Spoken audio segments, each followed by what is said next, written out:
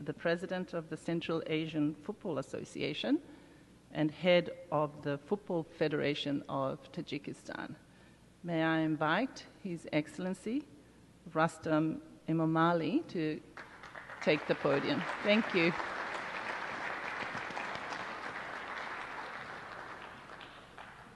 محترم پرزیدنت اجلاسی 79 مجمع عمومی سازمان ملل متحد جناب فیلمون یانگ، حاضرین گرامی، خانم‌ها و جنابان، برای من مایه افتخار است که امروز در مراسم نخستین تجلیل روز جهانی فوتبال، جشن عمومی جهانی که در اساس تلاش و کوشش‌های دستجمعانه ملت‌ها با محبت مشترک به این بازی زیبا قبول شده است، حضور نمایم.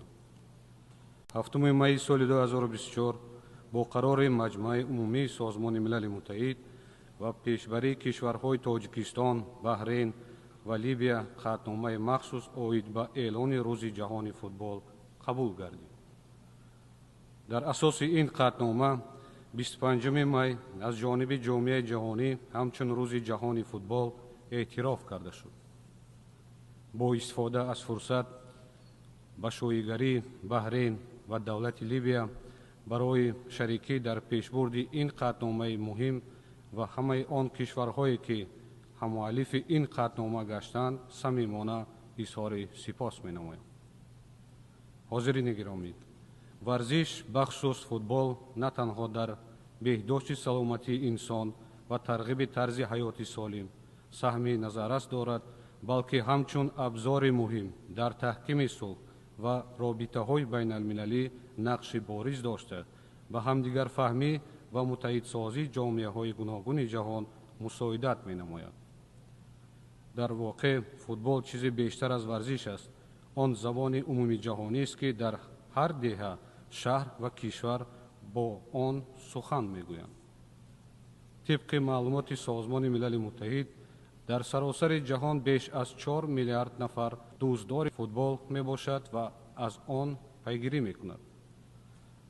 بر اساس آمار فیفا شماره آنهایی که در جهان فعالانه به بازی فوتبال مشغولند بیش از 265 میلیون مرد و زن را تشکیل می دهد.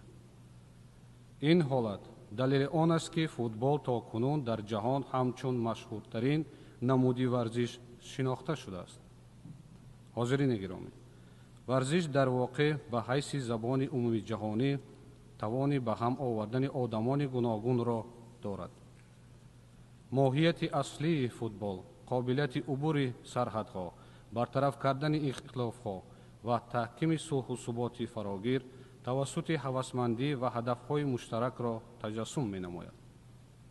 واقعاً ارزش‌های محور فوتبال همچون بازی عادلانه، فعالیت دستجمعی، احترام و ثباتکاری همسان با اصولهای اساسی آیین‌نامه سازمان ملل متحد می باشد. فوتبال صلح و سازش را ترغیب نموده زمینه توانمندسازی جوانان را فراهم می آورد و همچون محرک توانایی، برابری گندری و همگرایی اجتماعی خدمت می کند. این نمودی ورزش مانع‌ها را شکسته برای مکالمه و همکاری فضای امن ایجاد می‌نماید. حاضرین گرامی، جمهوری تاجیکستان که زیاده از 60% اهالی آن را جوانان تشکیل می‌دهند، رشد فوتبال ملی و ورزش را همچون یکی از سمت‌های افضلیتناک سیاست دولتی می‌داند. با در نظر داشت اهمیت ورزش بخصوص فوتبال ملی، جمهوری تاجیکستان تحت رهبری پرزیدنت کشور پیشوای ملت محترم امامعلی رحمان جهت رشد ورزش و فوتبال کسبی همچنین ترغیب طرز حیات سالم در دایره سیاست دولتی خود پیوسته تدبیرهای عملی می‌اندیشد. فدراسیون فوتبال تاجیکستان با در نظر داشت اهمیت فوتبال ملی برای رشد جوانان و تقویت همبستگی اجتماعی جهت عامه گردانیدن فوتبال میان کودکان و نورسان و زنان و مردان اقدامات مهم خود را عملی می‌نماید. از جمله استراتژی رشد فوتبال ملی تا سال 2026 که با مقصد گسترش فوتبال جوانان، بلند برداشتن سطح لیگ‌های کسبی و آماده سازی متخصصان تهیه و عملی گردیده است заминаи устувор барои рушди минбаъдаи футболи тоҷик, омодасозии мутахассисони баландихтисос ва баландбардоштани рақобатпазирии дастаҳои миллӣ, инчунин таҳкими инфрасохторҳои варзиширо фароҳам меорад.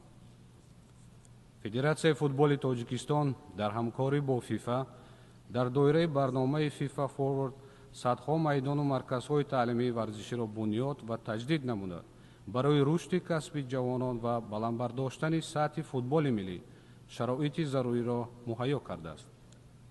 ҳамзамон Федератсияи футболи Тоҷикистон дар раванди татбиқи ташаббуси ҷаҳони FIFA Talent Development Scheme ба таври фаъолона иштирок намуда, ҷиҳати омодасозии бозингарони ҷавони боистеъдод барои ҳамраҳшавӣ ба дастаҳои миллӣ тадбирҳои мушаххас амалӣ менамояд.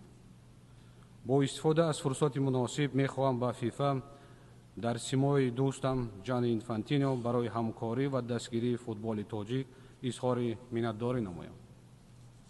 қобили зикр аст, ки амалисозӣ бо самари барномаҳои миллӣ ва байналмилалӣ, инчунин рушди ҳамаҷонибаи футбол дар кишвар боис гардид, ки дастаи кӯдакону наврасони Тоҷикистон ҳамчун яке аз беҳтаринҳо дар минтақаи Осиё эътироф карда шуд.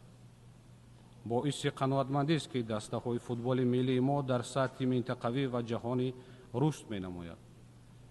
муваффақияти ба наздикӣ ба даст овардаи дастаи мунтахаби ҷавонони Тоҷикистон, ки барои иштирок дар ҷоми ҷаҳони футбол миёни наврасони то 17 сола роҳ ёфтанд, миллионҳо писарону духтарони ҷавонро дар кишвари мо рӯҳбаланд кард. иштироки тими миллии мо дар ҷоми Осиё ва густариши барномаҳои оммавӣ дар саросари кишвар нишонаи возеҳи рушди фарҳанги футбол дар Тоҷикистон мебошад.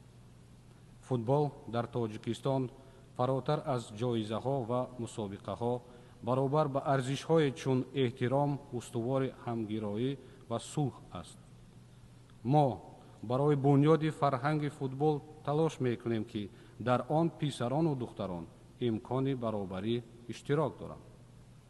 дӯстони гиромӣ, рӯзи ҷаҳони футбол ҳар яки моро водор месозад, то аз шодие, ки ин намуди варзиш ба ҳаёти мо меоварад, истиқбол карда, нақши онро дар пешбурди ҳадафҳои Созмони Милали Муттаҳид эътироф намоем. моро зарур аст, то кафолат диҳем, ки ҳар як кӯдак, новобаста аз он, ки дар куҷо зиндагӣ дорад, имкони бозӣ карданро дошта бошад.